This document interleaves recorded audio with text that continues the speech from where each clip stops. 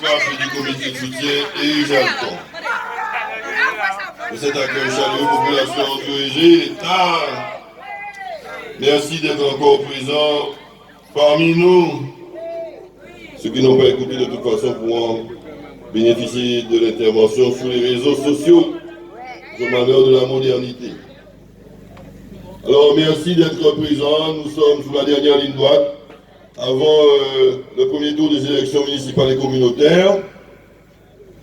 Je me réjouis ici au Rési de votre présence, le Rési de lequel nous avons engagé une vaste rénovation urbaine qui porte ses fruits avec le boulevard de Marie-Galante que nous avons rénové. Les populations se plaignaient de l'odeur dégagée par les commerces et notamment, il fallait mettre un peu d'ordre. Le boulevard de Marie-Galante, voir la rénovation, nous avons installé quelques entreprises de restauration. Le Central Mont, nous avons entamé la première phase, nous avons réalisé l'équipement sportif et culturel, nous allons attaquer l'auditorium, l'école du Rési en cours de construction, les voies structurantes sur le Rési, etc., etc. Donc le Rési n'est pas oublié. Tout au contraire, est une priorité. Et un tel investissement, c'est sans doute au Rési que nous avons investi le plus Éric Rancan au courant de la mandature qui s'achève aujourd'hui. De sorte que les habitants du Rési ne peuvent pas dire que nous oublions le Rési. Je ne peux plus entendre ce langage-là. Au point où nous adversaires en toute démagogie, essaient d'opposer ce que nous faisons pour vous au Rési Grand Camp, en disant que c'est M. Servat. Exactement, on s'occupe du Rési, de Grand Camp, du sud, de Boissard, et oublie les campagnes. C'est son argument aujourd'hui quand il se rend à Chazot, à Boisvin ou à Boéco. Mais nous voulons faire équitablement pour tout un chacun dans cette commune. Et nous nous rappelons, sous Frédéric Jalton, sous Marcel, le reproche qu'on faisait, dans ces quartiers de Rési, Grand Camp, du sud des Alpes allemands, on disait qu'on est un peu oublié, on est des abîmiers entièrement à part et non pas à part entière. Donc on a profité de l'opportunité de la rénovation urbaine pour pouvoir vous aider, vous accompagner. Alors, nous avons un ancien maire, Daniel Marcel qui est venu à quelques encablures d'ici, vous expliquer que tout ce qui a été fait entre 2014 et 2020, c'est lui. Il avait déjà tenu le même langage en 2014, en disant que tout ce qui avait été fait entre 2008 et 2014, c'était lui. Il commence à radoter sans doute l'âge. Il viendra sans doute en 2026 nous expliquer que tout ce qui a été fait entre 2020 et 2026, c'est lui. De sorte que si on le croit, il est maire depuis 1995, jusqu'en 2020, ça fait 25 ans qu'il est maire, puisque c'est lui qui agit, tout ce qui se fait, se réalise, c'est lui. J'oublie de dire que nous avons laissé une ville en déficit abyssal. OK? Avec aucun financement. Avec un Capharnaüm. Il n'y avait pas de projet de rénovation urbaine. C'était dans l'air, c'est l'État qui propose la rénovation urbaine aux communes qui sont en capacité de conventionner. Donc ils étaient intéressés. Pointe-à-Pitre a signé sa rénovation urbaine en 2006. Engagé 2006 financier. On arrive en 2008, Marcel n'avait rien signé, il avait l'intention, oui, l'intention, on voulait, mais il était en guerre avec la SIC, la Seine-Saint-Marc, la SIC-Roa, c'était un Capharnaüm. Rien n'était produit, rien n'était conventionné, il n'y a pas de rénovation urbaine, des intentions. C'est nous qui avons mis de l'ordre dans tout ça, en arrivant en 2008, conventionné, mis de l'ordre avec les bailleurs, la SIC-HF, proposé un projet ensemble, collectif. Auprès de l'Agence nationale de rénovation urbaine, nous avons pu signer, un an après notre arrivée, la convention de rénovation urbaine. C'est aussi simple que ça. Or, M. Marcel pouvait avoir des intentions de participer à la rénovation urbaine, mais il n'a pas conventionné, contrairement à Pointe-à-Pitre qui, de 2006, 3 ans avant nous, ont conventionné. Et nous avons rattrapé le retard que nous avons pris avec Pointe-à-Pitre. Nous avons terminé pratiquement notre rénovation urbaine et nous sommes en avance sur Pointe-à-Pitre.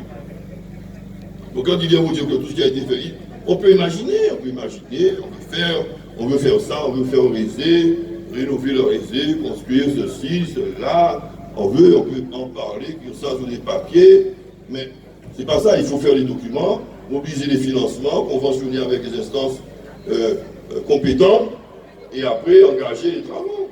C'est ce que nous avons fait, lui avait les intentions. Oui. Frédéric Jaton avait les intentions. Je pense que Frédéric Jaton parlait de l'humanisation des quartiers de Résil, donc il n'a pas eu le temps de le faire. Non, c'est resté 13 ans, il n'a pas pu le faire non plus. Nous l'avons fait, complètement. Et nous continuons à le faire avec l'acte 2 de la rénovation urbaine. Nous allons continuer la rénovation de Résil, donc nous allons surtout attaquer Vieux-Bourg-Abi. On peut continuer à radoter, veut continuer à exister artificiellement, virtuellement. C'est nous qui sommes au pouvoir, c'est nous qui réalisons. De 2008 à 2020, le bilan de ce qui est fait, c'est nous. Ok? C'est concret. Alors, nous sommes engagés dans une compétition électorale et l'adversité est là. L'adversité est là et nous avons des fourmis rouges qui sont engagés contre les fourmis rouges. Généralement, c'est des ennemis des récoltes. Ils pillent vos récoltes. Surtout des animaux nuisibles. On cherche généralement à les éliminer. Alors que nous, à la frappe jaune, nous sommes des abeilles. Nous produisons du miel.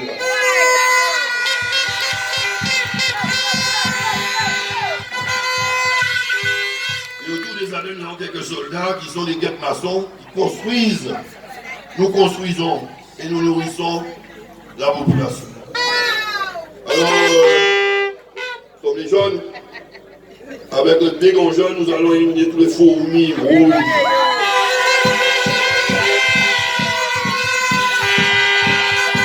Le 13 mars 2000.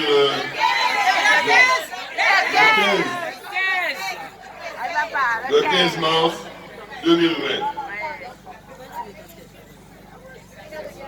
Alors, le changement, ils disent que tous pour le changement, c'est leur slogan. Mais le changement, c'est nous. Nous l'avons commencé depuis 2008, nous le continuons. Le changement, c'est nous. Et il s'agit de continuer le processus de changement que nous avons entamé depuis 2008 et c'est ce à quoi nous invitons la population du Rézé et généralement de la ville des Abîmes. En réalité, ils veulent changer de maire. Nous continuons à changer durablement le visage de la ville des Abîmes et la ville des Abîmes elle-même dans tous ses compartiments.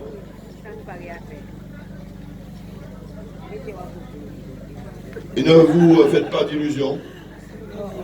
À travers les attaques qui me sont portées personnellement, c'est la ville des Abîmes en réalité qui est visée.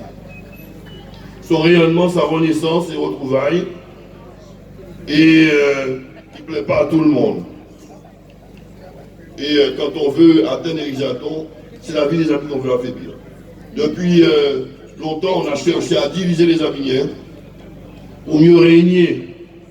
Aujourd'hui, nous avons le maire de Petit-Bourg, président du parti Guadeloupéen Socialisme et Réalité, ils ont changé de nom, bref, qui est le vassal de la République en marche, qui a donné à objectif à Olivier Servat qui a adhéré à Guadeloupéen Socialisme et Réalité, de conquérir la mairie des Abîmes. Comme M. Macron aurait dit, si on croit croire M. Servat, à M. Servat qu'il faut conquérir la mairie des Abîmes. Donc on a la Macronie et Guadeloupe Socialisme et Réalité qui veulent conquérir la mairie des Abîmes, avec Éco des Abîmes qui en réalité qui est Éco Macron Losbar.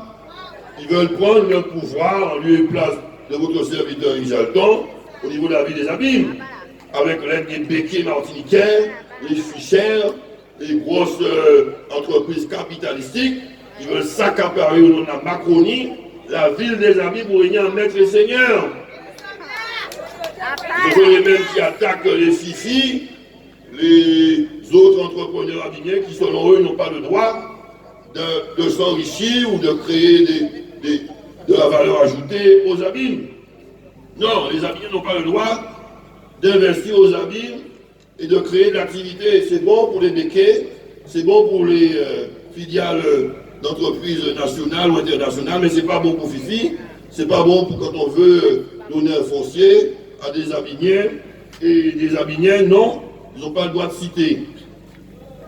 Alors nous devons mettre un haut là tout cela. Les abiniens ont le droit aussi de développer des activités, voire de s'enrichir sur le territoire des abîmes dans toutes les cavités.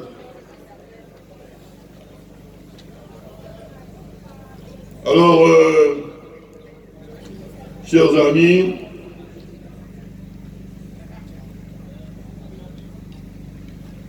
on cite Cap Excellence, on a même dit que Cap Excellence est en déficit, n'est-ce pas, avec M. Gado, qui a bien répondu.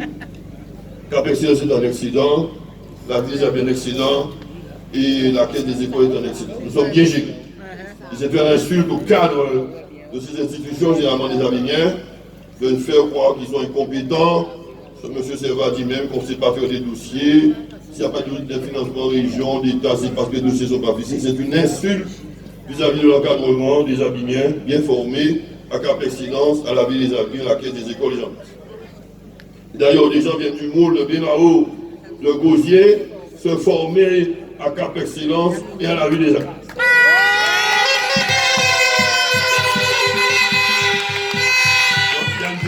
Obstruction du député conseiller régional Serva, aussi bien à la région, au niveau de l'État. Et d'ailleurs, c'est lui-même qui a développé publiquement une thèse selon laquelle, si nous pas moun à Macron, pas moun à la région, peut qu'il y ait une subvention. Il dit ça, il dit, si 50 dossiers, bien tchablés, bien formés, bien ficelés, et l'État doit prendre 10 dossiers, il a choisi moun à Macron. Il a dit, c'est sur les réseaux sociaux. Donc il ne faut pas qu'ils viennent aujourd'hui dire si vos dossiers ne sont pas aidés, c'est parce qu'ils ne sont pas ficelés. Non, c'est parce que si nous parlons à Macron, ils ne vont pas aider. J'espère que M. Charlie ne partage pas, et je ne le pense pas, j'espère, la même opinion que M. Serva. Et au niveau du gouvernement, l'ingénierie que nous avons nous permet de dépasser ces contingences. Mais ce n'est pas facile. Et il faut donner une bonne leçon à M. Serva, de ceux qui comprennent. Il doit utiliser ses postes de pouvoir, non pas pour entraver le développement des abîmes et de Cap Excellence, mais tout au contraire pour nous aider à développer abîmes et Cap Excellence. Il était contre l'agro-parc, ça ne devait pas se faire, c'est pas financé, c'est pas compatible avec le plan de développement régional. Et aujourd'hui, c'est le premier défenseur d'agro-parc. Premier défenseur d'agro-parc. Il était contre la salle des fêtes. Ça ne se fera jamais, c'est fait. Contre la maison des gens, ça ne se fera jamais, c'est fait. Le centre d'abord ne devrait jamais se faire, c'est fait. Le gouvernement ne devrait jamais être rénové, c'est fait. Donc, en général, quand M. Serva vous dit que l'investissement ne se fera pas, considérez qu'il est pratiquement déjà fait.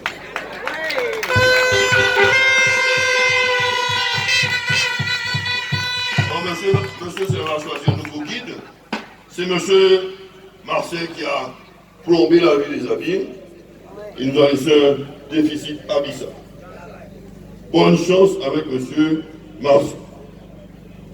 Les abîmes n'ont pas besoin de division, mais de rassemblement. Et nous sommes la force de rassemblement. Le changement, c'est nous.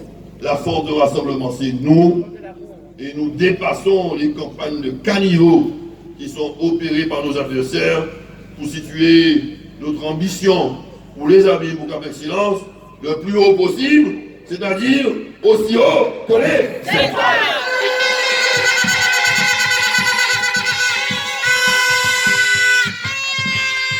Monsieur Serva veut être votre patron, moi je veux tout humblement être votre maire, renouvelez-moi votre confiance.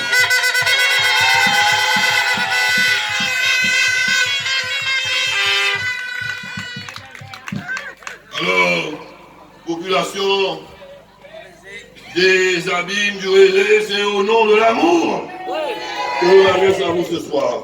L'amour, la fraternité, la concorde, la réconciliation. Et je félicite Alice Nabajot, digne fils de son père.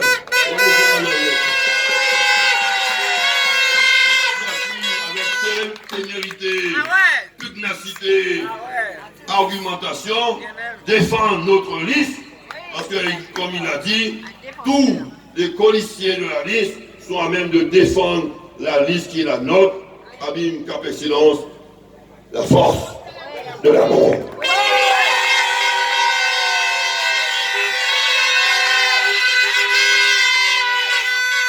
Alors, au nom de l'amour, nous franchirons les montagnes, les murs insurmontables.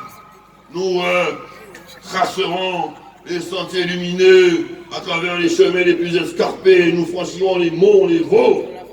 Et nous irons inlassablement, avec abnégation, ténacité, détermination, vers les plaines fertiles de l'excellence abimienne, où nous pourrons sans doute durablement et sans doute pour l'éternité installer définitivement l'avenir de la ville des abîmes, de ce que nous aurons le sentiment d'avoir accompli notre devoir, de ce que nous puissions durablement permettre à d'autres générations de prendre demain notre relais. Alors je vous invite sur cette croisade vers cette terre promise de l'excellence abimienne à m'accompagner, à me soutenir, ma liste et moi, à faire en sorte que le dimanche 13 mars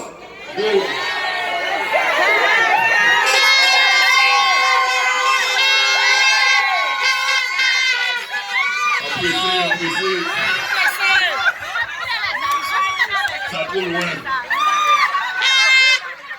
Le dimanche 15 mars, nous puissions crier en cœur.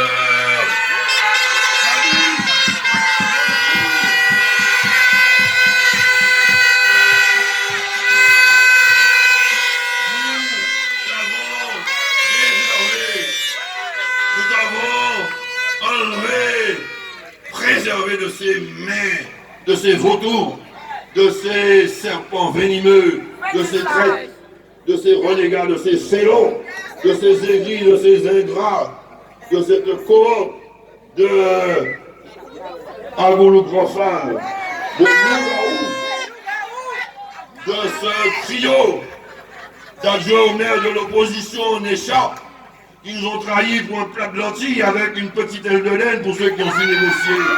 Et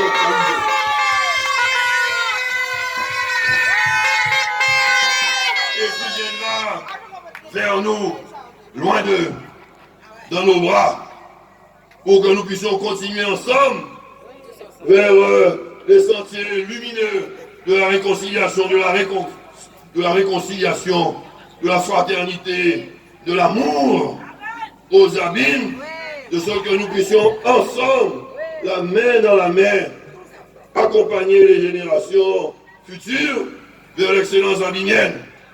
Parce que nous avons le sentiment que nous avons fait notre travail et que fort de cela, vous devez nous donner quitus.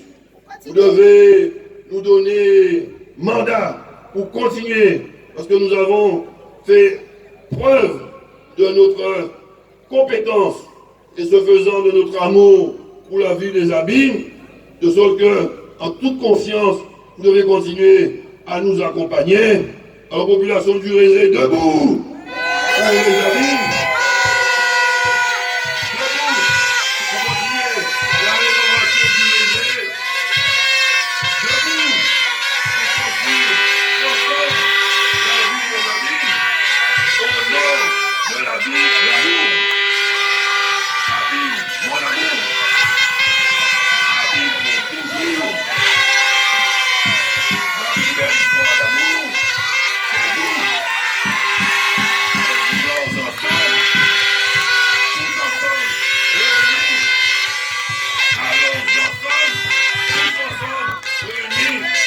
Dimanche 15 mars 2020, allons tous ensemble réunis au nom de l'amour, tous ensemble vers la victoire.